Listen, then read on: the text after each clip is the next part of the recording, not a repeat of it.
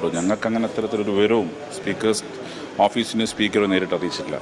അതത് വ്യക്തികളും പാർട്ടിയുമാണ് ആ തീരുമാനമെടുക്കേണ്ടത്, ഞങ്ങളല്ല.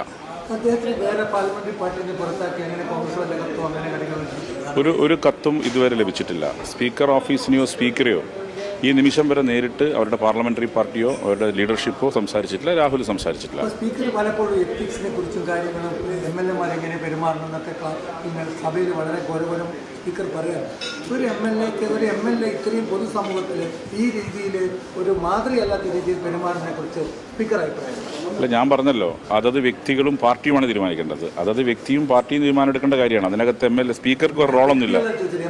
അല്ല, ഞാൻ പറഞ്ഞല്ലോ, ആ സ്പീക്കർ MLA ഒരു വ്യക്തിയാണ്. അദ്ദേഹവും അദ്ദേഹത്തിൻ്റെ പാർട്ടിയാണ് അതിൽ തീരുമാനം എടുക്കേണ്ടത്. ഇപ്പോൾ സ്പീക്കർക്ക് ഞങ്ങളുടെ കയ്യിൽ നിയമങ്ങളൊന്നുമില്ല ചെയ്യാനുള്ള. ഞങ്ങൾക്ക് നിയമവിധേയമായി പ്രവർത്തിക്കാൻ പറ്റൂ. അതിൽ അവരുടെ പാർട്ടിയും അദ്ദേഹവും എടുക്കേണ്ട തീരുമാനമാണ് ഇതിനകത്ത് എന്ത് നിലപാട് സ്വീകരിക്കണം എന്നുള്ളത്.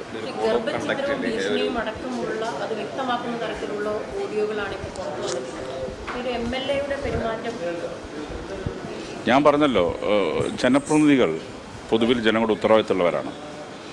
ജനങ്ങളുടെ ഉത്തരവാദിത്തമുള്ള ജനപ്രതിനിധികൾ ചില പാലിക്കേണ്ട ചില ഉത്തരവാദിത്തങ്ങളുണ്ട്, ചില പെരുമാറ്റങ്ങളുണ്ട്. അത് നമുക്ക് ഓരോരുത്തർക്കും ബാധകമാണ്. അദ്ദേഹം അതിൽ കാണിക്കേണ്ട കുറച്ചുകൂടി ഉത്തരവാദിത്തം കാണിക്കേണ്ടതായിരുന്നു. ഞാൻ പറഞ്ഞല്ലോ, സ്ത്രീകളെ റെസ്പെക്ട് ചെയ്യണമെന്നാണ് നമ്മളെല്ലാം പഠിപ്പിക്കുന്നത്. നമ്മൾ സ്കൂളിൽ പഠിക്കുന്നതും സ്ത്രീ വിമൻ ഷുഡ് ബി റെസ്പെക്റ്റഡ് എന്നാണ്. അത് സ്ത്രീയെ ബഹുമാനിക്കണം എന്ന് പഠിപ്പിക്കുന്ന ഈ രാജ്യത്ത് സ്ത്രീകളുടെ ബഹുമാനത്തോട് പെരുമാറാൻ നമ്മൾ പഠിക്കണം. അപ്പോൾ അത്തരം ചില ആരോപണം അദ്ദേഹത്തിൻ്റെ ഉയർന്നു വന്നിരിക്കുന്നു. അതിൽ തീരുമാനമെടുക്കേണ്ട അദ്ദേഹത്തിൻ്റെ പാർട്ടിയോ അദ്ദേഹമാണ്. നിരവധി പരാതികളാണ് നമ്മൾ ഇതുവരെ കേരളത്തിൽ കാണാത്ത രീതിയിൽ ഒരു MLAക്കെതിരെ നിരവധി സ്ത്രീകളുടെ ഭാഗത്തു നിന്ന് പരാതികൾ വരികയാണ്. ഇത്തരം പൊതുപ്രവർത്തകർക്കെതിരെ ഒരു ശക്തമായിട്ടുള്ള നടപടി ആവശ്യമാണ്.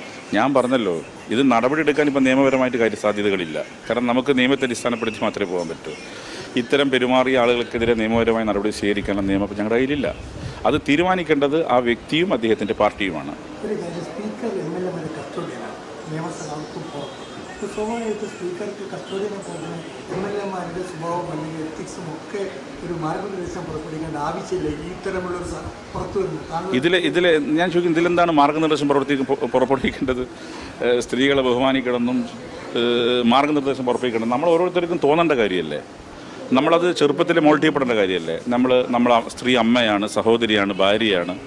അപ്പോൾ ആ നിലയിൽ സ്ത്രീകളെ ബഹുമാനിക്കണമെന്ന് നമ്മൾ ചെറുപ്പത്തിലെ പഠിച്ചു വരുന്ന കാര്യമല്ല. അതിൽ സ്പീക്കർ എന്ന നിലയ്ക്ക് എന്താണ് കോഡ് ഓഫ് കോണ്ടക്ട് പുറപ്പെടുവിക്കേണ്ട കാര്യം എനിക്ക് മനസ്സിലാവുന്നില്ല.